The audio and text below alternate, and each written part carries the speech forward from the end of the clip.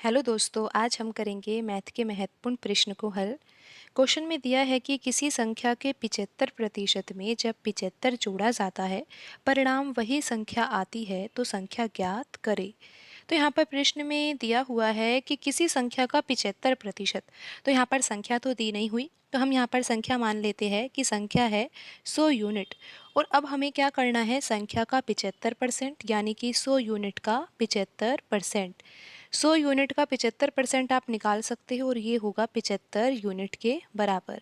अगर संख्या 100 यूनिट है तो संख्या का 75% यानी कि 75 यूनिट।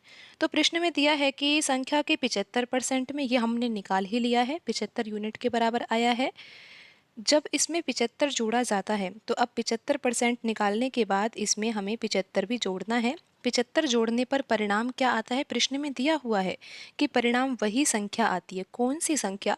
वही संख्या जिस संख्या की यहाँ पर चर्चा हो रही है कि संख्या का 75% निकालना है, उसी संख्या के बारे में बताया गया है कि यहाँ पर वही संख्या प्राप्त होती है जिस संख्या का आपने 75% निकाला है और उसमें 75 जोड़ा है। तो यहाँ पर संख्या तो क्या है, 100 यूनिट है, तो हम यहाँ पर 100 यूनिट लिख देंगे।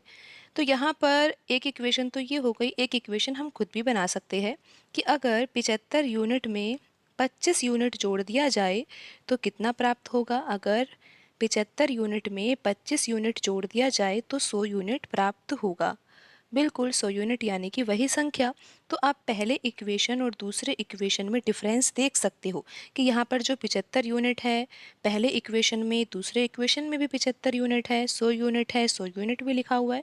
तो यहाँ पर जो ये 25 यूनिट है ये किसके बराबर होगा, 75 के बराबर होगा।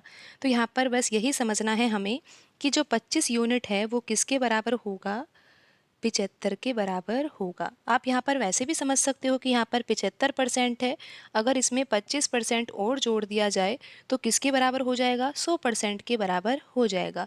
यानी कि वही संख्या प्राप्त हो जाएगी अगर 75% में 25% जोड़ दिया जाए। और 25% यानी कि 75 तो जोड़ा जा रहा है, तो 25% किसके बराबर हो जाएगा, 75 के बराबर हो जाएगा। तो यहाँ पर हमने जिस तरीके से निकाला है उस तरीके से भी यही आया है कि 25 यूनिट बराबर 75 है। तो यहाँ पर हम एक यूनिट की वैल्यू निकाल सकते हैं। एक यूनिट किसके बराबर होगा, 75/25 यानी कि 3 के बराबर होगा। तो यहाँ पर हम संख्या निकाल सकते हैं। संख्या क्या मानी है हमने, 100 यूनिट मानी है। एक यूनिट की वैल्यू हमें पता है तो 100 यूनिट की वैल्यू निकाली जा सकती है। एक यूनिट के साथ 100 का गुणा कर देंगे तो यहाँ पर आ जाएगा 300। तो यहाँ पर संख्या हमसे पूछी गई थी कि संख्या क्या होगी, तो संख्या होगी 300। ऑप्शन बी में लिखा हुआ है 300, तो यही सही आंसर होगा। आज की वीडियो में इतना ही, मिलते हैं अगली वीडियो में। धन्यवाद।